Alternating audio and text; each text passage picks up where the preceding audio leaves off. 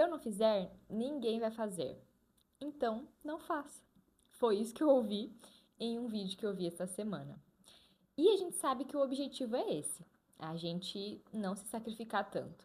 Mas na prática é outros 500. E é sobre isso, sobre essa dificuldade que a gente vai falar no episódio de hoje. Seja muito bem-vindo, seja muito bem-vinda. Este é um espaço criado e preparado para você se encontrar com mais gentileza e para a gente dividir imperfeições, vulnerabilidades, experiências que a gente tem em comum, colocando isso em voz alta e fazendo com que a gente sinta que não estamos passando por isso sós. Por que o comportamento de ajudar sempre o outro, de estar sempre disponível, à disposição, é tão forte ao ponto de fazer isso e negligenciar as próprias necessidades sem nem mesmo perceber que está fazendo isso? Por que essa ideia central de ter que ajudar o outro, de ser responsável muitas vezes pelo bem-estar, pela felicidade, pela satisfação ou por como a outra pessoa vai ficar, é uma coisa que gruda, né, na gente e realmente passa essa ideia de dever, de obrigação, de responsabilidade e que fazendo isso a gente vai estar sendo uma boa pessoa. Agora que eu vi que o Tadeu tá super participando hoje do episódio, aqui no canto, dormindo. Ele adora dormir no chão, gente. Vamos lá. Na terapia do esquema, a gente entende e olha para esse comportamento, para essa postura, dentro ali de um esquema chamado autossacrifício, que é um esquema que cria, né, essa percepção, essa crença, essa ideia de que você é responsável pelo bem-estar das outras pessoas, que você tem o dever de cuidar, né, de manter o outro bem, o outro feliz. Então, se a carapuça serviu, pega o teu chapéu, coloca na cabeça. Não se sinta só, eu tenho esse esquema, né? Ele está em recuperação. Mas vamos falar um pouquinho e pensar um pouquinho na origem disso, né? Em como as pessoas que têm esse esquema costumam se comportar e como que a gente pode mudar isso. E o ponto central, né, que foi o tema inicial ali desse vídeo, o não fazer, né? Como isso é difícil, por que que é difícil e por que que isso também ao mesmo tempo é um objetivo. Quem tem esse esquema, como que essa pessoa se comporta? É muito comum sempre existir ali nas relações, na presença desse esquema, uma sensação de que você dá mais do que recebe. Então, você escuta mais os outros do que os outros escutam você, você se importa, você se dedica, você ajuda e não sente que recebe tanto isso em troca. Quando você acaba fazendo um movimento diferente daquilo que é atender a outra pessoa, você se sente culpada. Então, na ótica, assim, na lente desse esquema, a necessidade, o desejo que o outro sente, o que o outro precisa, sempre vai vir em primeiro lugar. E, né, então os meus desejos, as minhas necessidades vão ficando ali no cantinho, né, e aquela ideia do, eu me viro, eu consigo lidar com isso, depois eu vejo o que eu faço, mas o outro precisa de mim, eu tenho que ajudar outra pessoa, se eu não estiver aqui, ela não vai dar conta, ou ninguém vai conseguir ajudar ela, então, né, nesse esforço, nesse sacrifício das próprias necessidades, em prol de atender a necessidade ali do outro. E aí, quando você faz esse movimento oposto de muitas vezes atender o que você precisa primeiro, vai vir uma culpa terrível, né? Horrenda, assim, né? De sentir às vezes com o próprio corpo, porque a posição comum de você estar é a posição de ajudar outra pessoa e não de olhar para o que você precisa ou de se atender primeiro. Então, vai parecer errado. E esse lugar de sempre estar escutando, então, é uma característica muito comum, assim, quando as pessoas vão descrever como elas estão ali nos relacionamentos, né, na sua vida, de elas serem consideradas as pessoas que escutam sempre os outros, né, que quase não falam de si, que sempre estão ali realmente ouvindo do que o outro precisa, do que o outro sente, e sempre interessada em querer dar atenção, em querer estar disponível para os outros e pouco falarem de si, pouco falarem do que elas estão sentindo, do que elas estão passando, do que elas estão precisando. E às vezes, assim, por não conseguir ter tanto essa habilidade, quando elas vão, né, tentar ali expressar aquilo que elas estão sentindo ou pedir por aquilo que elas precisam, isso vai vir de um jeito mais indireto, não vai ser tão direto, olha, estou sentindo isso, ou essa situação fez com que eu me sentisse dessa forma, ou estou precisando disso. Vai vir, né, de uma forma realmente assim direta para que o outro tente captar, né, já que essa pessoa ela vai sempre se considerar um radarzinho, né? Então, olha, eu consigo perceber os sinais, a necessidade da outra pessoa rapidamente. Então, a ideia dentro de si vai ser, então a outra pessoa também vai conseguir entender. E aí, por isso que muitas vezes esses pedidos vão sair de uma forma indireta, e aí entra, né, um ponto para ser trabalhado, porque nem sempre o outro vai conseguir captar, ou nem sempre o outro vai entender daquilo que a gente precisa, então a gente vai precisar ser direto ali, né, nas nossas afirmações, nos nossos pedidos. E um grande ponto de atenção aqui com esse esquema é que isso vai levando a gente, eu digo a gente, né, porque lembra, também tenho, também estou em recuperação, pode se submeter a tantas coisas, né, assim, a pedidos realmente que nossa, nos sacrificam ali, nos prejudicam, por também não ter essa habilidade de pedir que a outra pessoa mude o comportamento dela, porque se você fizer isso, você, sei lá, vai estar se tornando uma pessoa ruim, uma pessoa egoísta, uma pessoa má, se você pedir para outra pessoa mudar ou para outra pessoa fazer alguma coisa que você precisa. E aí isso vai fazendo a gente se submeter a a cada coisa, né? Que é importante a gente também trabalhar essa nossa assertividade nos pedidos e em colocar os limites, em a gente se perceber muitas vezes indo nesse movimento de se sacrificar muito, e a gente vai falar isso mais pra frente, de ter que se observar muito, porque a tendência é, né, tá ali envolvida nesse comportamento, de muitas vezes se envolver em coisas que realmente nos trazem muitos prejuízos por tá nesse movimento de ir nessa lente de sentir que é a responsabilidade, que é o seu dever, que é a sua função tá ali pela outra pessoa. Tá, mas de onde que isso vem, né? Quais são as possíveis origens pra gente aprender e passar a ser assim na vida? Uma das origens é se a gente teve ali cuidadores, pais, né? Quem foi seu cuidador, a sua cuidadora principal, doentes, né, que eram frágeis ou debilitados nessa questão, muitas vezes, de saúde, que precisavam ali de atenção, de cuidado recorrente, de serem realmente, não conseguirem lidar sozinho com as suas próprias questões. Então, se eram questões de saúde física ou até mesmo mental, então pessoas mais deprimidas. Então, quando esse cuidador, né, essa cuidadora estava ali nesse papel de estar mais debilitado, de estar mais frágil, de depender desses cuidados, isso vai lapidando essa lente, essa ideia, né, dentro da criança, de que ela precisa também se comprometer, se responsabilizar para manter aquele cuidador o mais bem possível, porque, vamos pensar, é uma ameaça para a criança perder, né, esse cuidador, essa cuidadora, e que vai fazendo as funções serem invertidas, né? Então, a criança, ela passa a ser responsável pelo seu responsável, a cuidar do seu cuidador.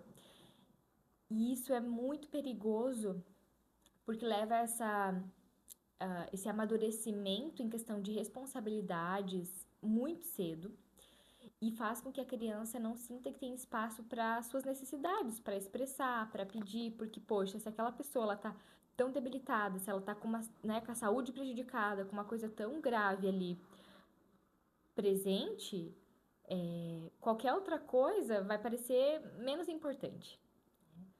Mesmo sabendo que não, que as necessidades daquela criança, que ela depende daquele adulto, daquele cuidador ou de outros cuidadores que possam zelar e cuidar e proteger ela. Então, essa inversão, né, de papéis e de responsabilidades leva ao desenvolvimento dessa ideia de que a gente é responsável pelo cuidado, pelo bem-estar das outras pessoas. Ou também a gente pode pensar uma outra origem, num outro possível meio ali que levou ao desenvolvimento, né, desse esquema, que tá, eu posso não ter tido cuidadores que estavam doentes ou fragilizados, mas eu via o meu cuidador, a minha cuidadora, nesse papel de sacrificar as suas necessidades para sempre estar cuidando dos outros, para sempre estar fazendo tudo pelos outros, para não cuidar da sua saúde, para não fazer aquilo que gostaria, para se sobrecarregar em tarefas de casa, em demandas da vida, em demandas do trabalho, porque tá sempre ali abraçando todo mundo, né, fazendo por todo mundo e nunca considerando o que ela gostaria ou o que ela precisaria. Então a gente vê e aprende como modelação. Então eu modelo muitas vezes na minha vida o comportamento de uma pessoa importante ali, sendo meu cuidador ou sendo alguém da família, que eu via nessa posição de autossacrifício, né, de se sacrificar. Então, essas são algumas, né, das possíveis origens aí principais que podem levar, né, ao desenvolvimento desse esquema e fazer a gente agir assim também na nossa vida. É importante para a gente mudar essa postura, mudar esse comportamento, mudar essa lente de mundo, esse esquema. Claro, eu vou trazer algumas coisas que são importantes aqui, gente, mas não existe fórmula mágica, não existe uma coisa que eu vou fazer e bum, mudei, me transformei, não sou mais assim. Então, terapia pode ajudar muito com isso, outros meios aí de autoconhecimento, outros recursos, né, que possam ajudar a gente a se desenvolver, a ter um desenvolvimento pessoal, são muito importantes, porque lembra, é um padrão de funcionar, eu aprendi a funcionar assim. Então, se eu tenho 25 anos, 28 anos, 30 anos, são 30 anos da minha vida que eu tô funcionando dessa forma, ou quase isso, né? Quase tudo isso, porque foi a lente, assim, que eu aprendi a enxergar as coisas, a ver o mundo, a me ver, a ver como devem ser os vínculos, as relações, como eu devo me comportar, como as pessoas devem se comportar. Então, para mudar isso, vai precisar de um bom investimento também, né? Então, só de reconhecer que né, que eu funciono assim, que eu aprendi a funcionar assim, de onde isso vem, quais comportamentos que esse padrão de funcionar me leva a ter, como eu costumo me sentir, gente, já é assim, ó, o divisor de águas, tá? A gente já andou meio caminho, já foi meio caminho andado só de perceber que a gente funciona de uma tal forma. E eu sempre falo, não tem como a gente mudar nada se a gente não percebe, se a gente não identifica, se a gente não entende, né? Não tem como eu tratar uma infecção se eu não identificar que aquilo é uma infecção. Se eu continuar tomando um analgésico ao invés de tomar um antibiótico, um anti-inflamatório, né? Então, assim, a gente precisa identificar, né? Identificar pode ser uma coisa que já está muito passado, assim, muito batido, né? De a gente falar sobre isso, ou usar até esse termo, mas para qualquer mudança a gente precisa partir de uma percepção, né? De uma noção sobre aquilo. Então, né, se você ouviu esse episódio, se identificou, saiba que você já está num processo de mudança, porque a gente perceber e passar a se observar mais nessa postura, nesse comportamento, já é um movimento de realmente mudança com a gente mesmo. Então, tirando, né, essa introdução, a lógica para a mudança desse comportamento, dessa dificuldade, é a gente passar a entender que as nossas necessidades, elas têm o mesmo peso, a mesma medida de importância que a gente dá para as necessidades das outras pessoas. Que a lógica, lembra, a gente aprendeu a sempre colocar a necessidade do outro em primeiro lugar, né? De se colocar responsável, de tentar garantir que o outro fique bem. Então, a nossa necessidade não foi assim considerada nesse grau de importância. Então, a gente inverter e não inverter, mas colocar isso na mesma medida, né, na mesma proporção, é assim, é a noção principal para essa mudança. Eu entender que o direito de ter uma necessidade atendida não é só para o outro, é para todo e qualquer ser humano. E eu também sou um ser humano. Então eu tenho o direito que as minhas necessidades sejam atendidas também. E agora a gente entra num ponto do não fazer, que é o tópico inicial desse episódio, né? Do vídeo lá. Então, se eu não fizer, ninguém vai fazer. Então, não faça. Concordo com isso, mas quero trazer um pouquinho das complicações que isso pode ter, das dificuldades que isso pode ter. Porque o não fazer, obviamente, é um objetivo muito importante dentro desse esquema. Tanto para o outro, né, mudar muitas vezes uma postura com a gente, mas também pra gente mudar essa postura com a gente mesmo. Então, quando eu não faço não só pelo outro, mas eu também não faço, né, por mim mesma, no sentido de que eu vou precisar criar essa ideia de que tudo bem eu não fazer, já que a minha ideia principal é, se eu não fazer, tudo vai desandar. Ninguém vai sobreviver, as pessoas não vão ficar bem. Eu sou responsável, é meu dever estar ali para fazer. Então, eu entendo e concordo com isso, mas eu leio e entendo como, primeiro, a gente vai ter que criar internamente essa ideia de que eu posso não fazer, então, essa autorização de que eu posso não fazer, e a gente conseguir tolerar o desconforto de não fazer, porque vai ser muito desconfortável não ir lá e fazer, porque o comportamento automático, imediato, é ir fazer. E às vezes a gente vai e faz e nem se dá conta depois que a gente foi lá e parou pra pensar, nossa, olha eu lá de novo, né? Fazendo pela outra pessoa. Olha eu lá me sacrificando. Ou então a gente só fica com a sensação ali de irritação ou chateada, ou se vê sobrecarregada com as próprias coisas, daí se dá conta de, nossa, olha lá, eu gastei meu tempo fazendo aquilo, né, para outra pessoa e agora eu tenho que dar conta das minhas próprias coisas aqui. Então, inicialmente, a gente vai precisar criar com a gente mesma essa ideia do não fazer, porque quando a gente for para a prática, a gente vai precisar estar fortalecida ou pelo menos mais consciente disso, porque vai ser difícil, gente, vai ser dolorido e assim, é complicado, né? Então, em tese, sim, quando a gente não faz, isso é muito importante para o outro e para nós, só que a gente vai precisar ter que trabalhar isso internamente para quando a gente for colocar isso em prática, a gente já ter uma certa noção de tudo que vai vir ali. Então, dado esse contexto, essa introdução aí, esse parênteses, esse não fazer, ele é muito importante, porque quando o nosso comportamento de ir lá e fazer é tão forte, né, e tão imediato, que aquela história, bondade demais gera gente folgada. E sim, gente, como a gente se comporta, como a gente se posiciona com o outro, vai passando uma mensagem e o outro vai se adaptando e ele já sabe muitas vezes o que esperar de nós. Então, as pessoas elas vão se adaptando a esse comportamento de saber que sempre a outra pessoa vai estar, a pessoa que tem, né, esse esquema, esse comportamento, vai estar ali disponível, vai fazer, vai se sacrificar, vai reorganizar a agenda se precisar, vai desmarcar compromisso se precisar, porque a pessoa ela costuma agir dessa forma, então o outro já sabe o que esperar daquele outro lado. E muitas vezes isso pode gerar esse comportamento, né, da pessoa ser folgada, da pessoa.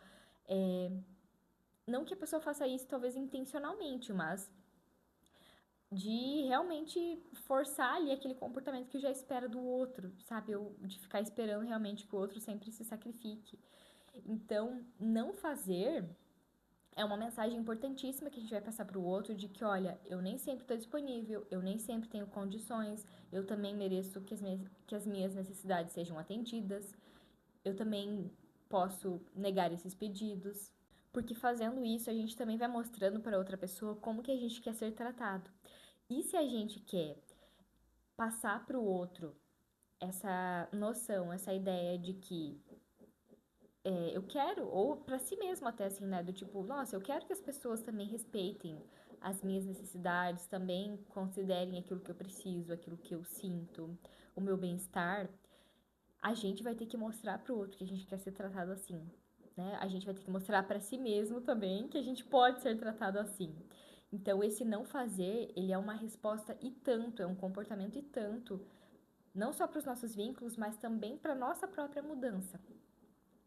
Mas eu quis trazer, assim, toda a dificuldade que isso pode ter, que não é tão simples o não fazer, né? E que quando a gente não fazer, vai vir uma culpa, vai vir, né, muitos sentimentos desafiadores, e como é importante a gente tolerar, a gente conseguir, né, suportar ali um tempo nessa emoção, porque isso faz parte também desse processo de mudança. E é uma coisa que a gente não tá tão adaptado a fazer. Então, sim, de todo o contexto, se eu não fizer, ninguém vai fazer, então não faça.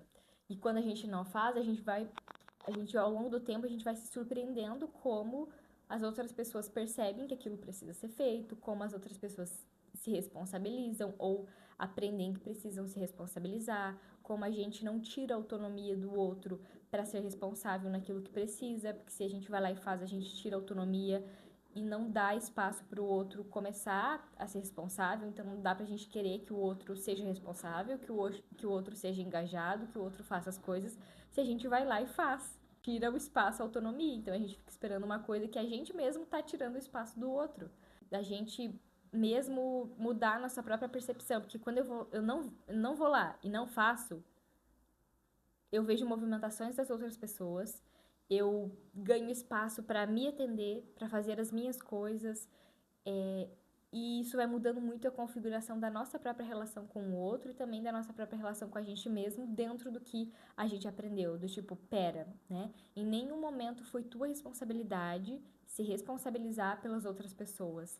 Foi um lugar que te colocaram e que te privaram. Então, assim, a gente pode carregar esse senso de força, assim, né? Nossa, olha como fui forte. E sim, por ter que ter, muitas vezes, amadurecido tão cedo, ou de ter que ter lidado com tantas questões difíceis, né, cedo demais. Mas por trás dessa força também existe muita privação. Existe muita coisa tua que não foi atendida, existe muita necessidade, tu realmente perdeu muita coisa ali nesse caminho. Então, quando a gente não faz, é uma oportunidade que a gente está dando para se atender dentro dessas faltas, né? Dentro do, tá, pera, eu não preciso mais me colocar nesse lugar de ser privada de tanta coisa para estar sempre ali à disposição ou tentando garantir que as outras pessoas fiquem bem. Então, isso também é uma coisa a se considerar e a se pensar.